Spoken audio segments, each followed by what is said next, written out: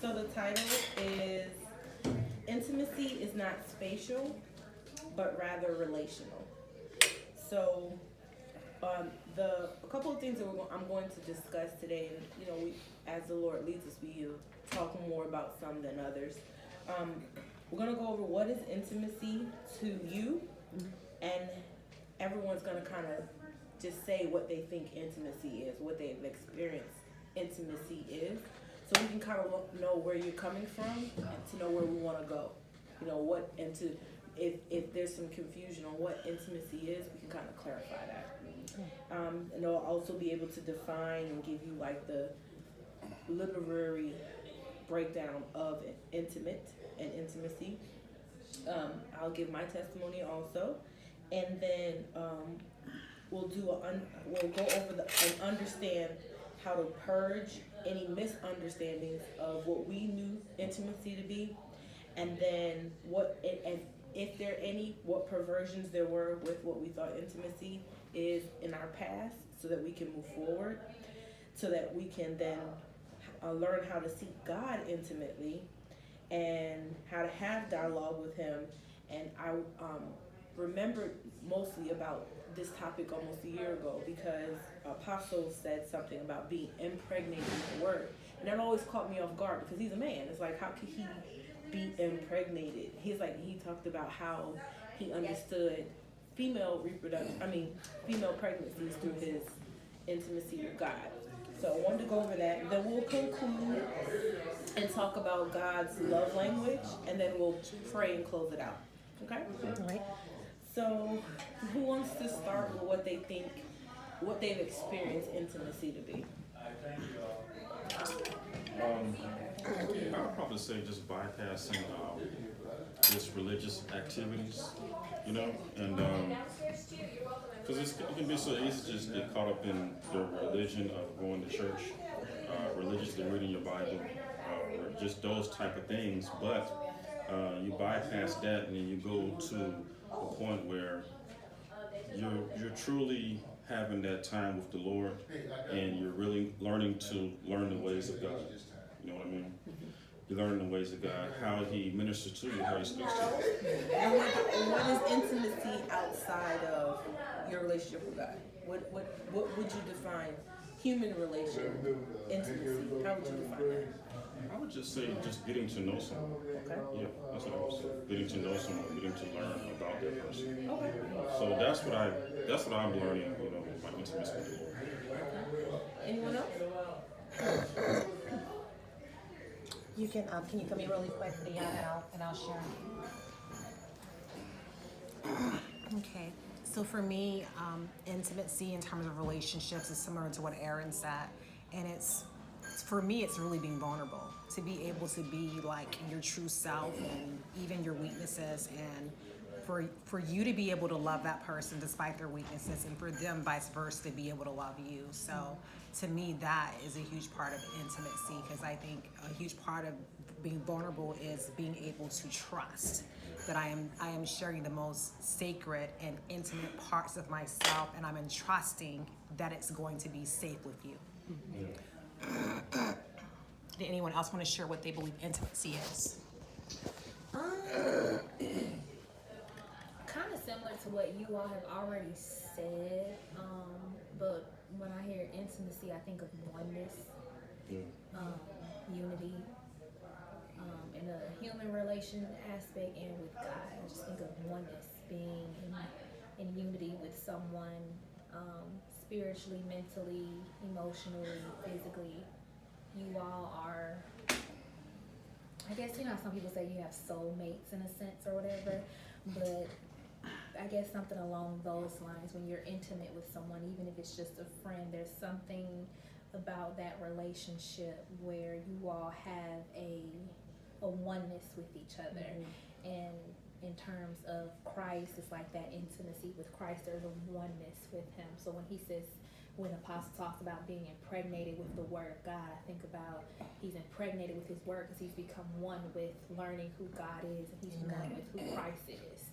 So that's that intimacy that he's experiencing, that he wants us to experience, having a relationship with Christ. So that's kind of what I get from it. Amen. Anyone else? Anyone else want to share what intimacy is? And as Amy said earlier, it doesn't have to be necessarily what you experience in Christ, but even what you would desire in a relationship intimately.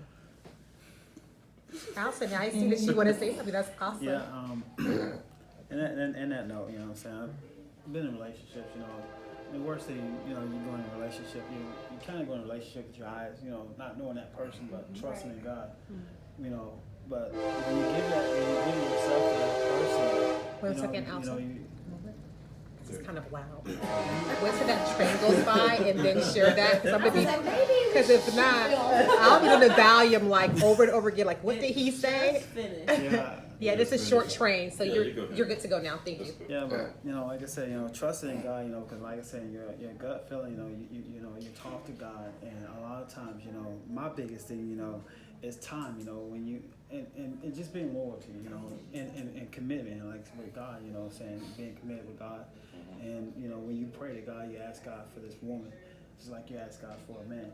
Best way I know how to, you know, describe it as far as the things that I've been through, you know, like I say, you know, just, and it's just so sad that a lot of people would just, you know, would stir away from God, you know, and if like I said, you know, my thing is if you don't love God, see, God's got to be first in your life, and if He's not first, He can't be last, you know. And one thing about it, you know, when God, you know, created, you know, a man, you know, quite naturally, you know, He was, you know, lonely, you know, but like I said, you know, I don't want to get too much into it, but that thing gets deep, you know what I'm saying, like that trust thing for me. And, you know, like I said, I can continue, but I won't.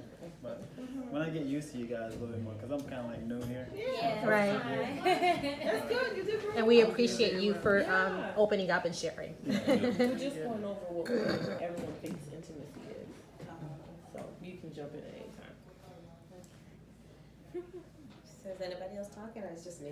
Well, we just kind of were all sharing. Yeah, Not whoever- everyone hasn't. Did you want to share what But you I know believe she- intimacy is, Ayana? I know you brought up something. You said out what do people think intimacy is outside of Christ or something. I think a worldview, a societal view. Most people when they hear intimacy, they automatically think sex, something sexual. Right. And a lot of times people get that confused, especially women.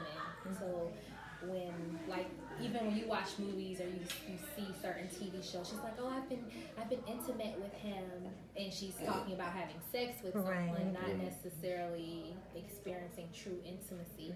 So it's kind of like, this is a good topic because the word intimacy is kind of skewed. It's like, what really Exactly. is intimacy? Exactly. Like, what is that? Because it's not sex. So what It's is- not just. it's not just sex, but what is intimacy? Right. Like, what is true intimacy with someone? I think it's deep communion, sharing the heart. It's making yourself vulnerable and exposing your inner feelings, your deep feelings, your desires, your thoughts. Sharing that with somebody, and vice versa. You know, true intimacy will leave you feeling like you know a person, and it builds trust, and out of it comes you're honest, because you got to be honest to bear yourself. Yeah. And so that's basically what I think it is. It's just being open and vulnerable to someone else. Anybody else want to share? I was just going to say, I know that most of the conversations have been about different genres, but a lot of times to me, intimacy is just that peace you feel around somebody. Because a lot of times, if I can just be in the room with you, And be and your I'm full comfortable, self. and I know that you're comfortable with yourself, and I'm comfortable with myself, that's good. That's a good foreplay for me. Right. Is that, you know, it could be a conversation about chicken or baseball, but it's just it's fine. It's Right. not, intimacy is not competition. Is what I'm trying to say. Right. Yeah. So yeah, you know, a lot of times people say, "Oh, I'm gonna put this on the table, whatever," like it's a contract. But that's not what life is. You know, life is maturity, is growth, and life is an everyday, ever-changing game. So if I can be just cool and comfortable with the person, We can talk about anything, or we can not talk at all and just be just fine. Right, just be present. Yeah. Right, Yeah. that's true. That's good points. Well, that's great, guys. You guys are definitely lined up with everything that I read. So let's look at the just to give you like the etymology of the word intimacy.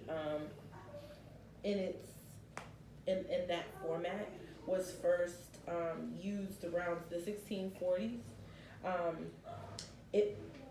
Its meaning intimate was a euphemism for sexual intercourse in the 1670s. So that's when sexual intercourse became synonymous with intimate.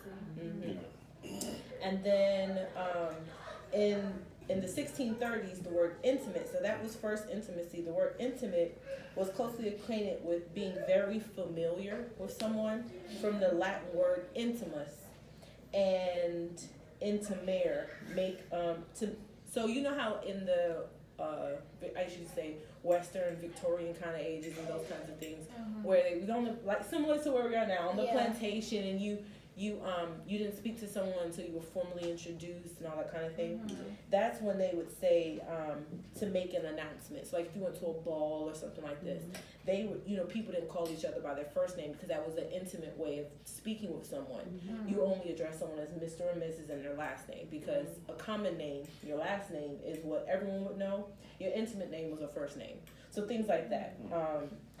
And then it was so to make known or impress. The Latin for intimus is intima, and intimate, and I wondered if another word, intimidate, was related. But intimidate is related to the word timid. So that was because it's similar, if you look at the spelling. But intimidate is timid with 8 at the end. So it's not the same, because it's being timid, obviously, is to be a little fearful. And when you're fearful and you're in, being before timid, is you're inwardly timid, fearful of someone. So when you're intimidated, it's a reflection of how you feel. So you get what I'm saying? It's supposed to be in the general word timid. So it has nothing to do with intimate. I just wanted to clear that up. Since you guys were all baffled about that. Broke it down in the That's not it. No, yeah, that's not it. Because I was looking it up. I was like, is that word related? So just for all those questions you guys had on your faces, thank you. But in the root word for the Latin, intima, means inmost. So that's how we get, that's how they had those correlations that came out in the late 30s and 40s. And then in 1904, with inmost is close friend. So these are the root words. Just the root itself has all these relations. So it was impress, inmost, close friend, and in 1904 the reference was to women's clothing. So the superlative in, but if you break down the word in the 1530s, that was formulated as a superlative. So that's just a little etymology there, tidbit. ATE at the end of the word is feminine, and it references a collection of bodies or institutions associated with the place. So things like, or a period of office or rules. So things like a consulate, pontificate, electorate, a senate, magistrate, consulate. ATE references a group. So when you're intimate, you can be intimate with more than one for that reason, because it's a collection. It's more than one. It's not, in its word itself, you can't be intimate with yourself, because you need another person for it to be intimate. Exactly. That would just be vulnerable.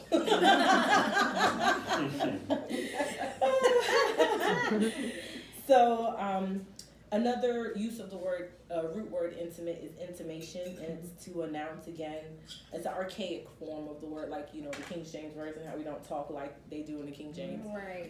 So that intimation was so to make known indirectly, a hint or suggestion, the act of intimacy, and then the word itself, the current use of the word intimate, is association in personal close relations, characteristic by or involving warm friendship, familiar association of feeling, very private, characterized by or suggesting an atmosphere